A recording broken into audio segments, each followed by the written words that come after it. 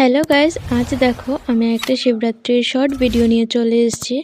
আর এখন দেখো সন্ধে হয়ে গেছে। সন্ধেবেলা কিন্তু আমি সন্ধে পুজো দিয়ে আমি এবার শিবরাত্রির সব যোগাযন্ত্রগুলো করে নিচ্ছি। একটু পরেই মন্দিরে যাব তাই। আর এখন দেখো এই যে ঘটির মধ্যে দুধটা সম্পূর্ণ ঢেলে নিলাম। আর এটা কিন্তু গঙ্গার জল। গঙ্গার জল দিয়ে পুরো এক ঘটি মানে দুধটা করে নেব। এরপর একে একে যেটা দিতে হয়, যেমন গোলাপ জল, দইও দিতে হয়। দইটা আমি কোনোবার দিইনি, কারণ মনে ছিল না। আর উম, দিলেও হয় না দিলেও হয়, এরকম একটা ব্যাপার, ওর জন্য দেওয়া হয়নি। তো ঘি, মধু আর এই যে সিদ্ধি, এগুলো কিন্তু আমি পরপর সব দিয়ে দিয়েছি। এরপর আমি হাফ হাফেরও হাফ রেখে দেব, আমি ঘরে শিবকে দেব।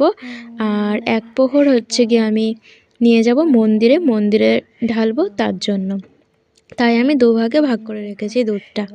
তো এখন আমি ঘরে শিবকে পুজো দিয়ে নিলাম, দিয়ে তারপর একটু রেডি টেডি হয়ে একটু পরে যাব মন্দিরে।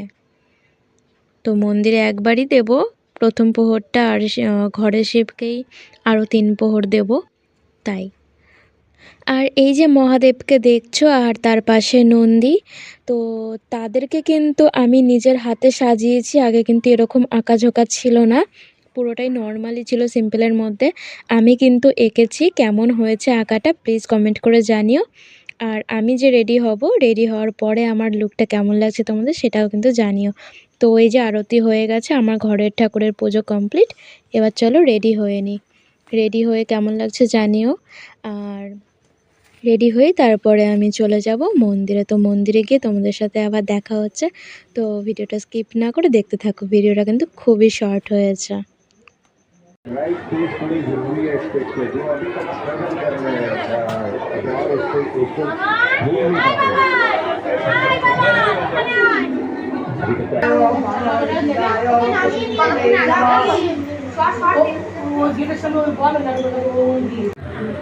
ছোট ঘিয়ে বাড়ি না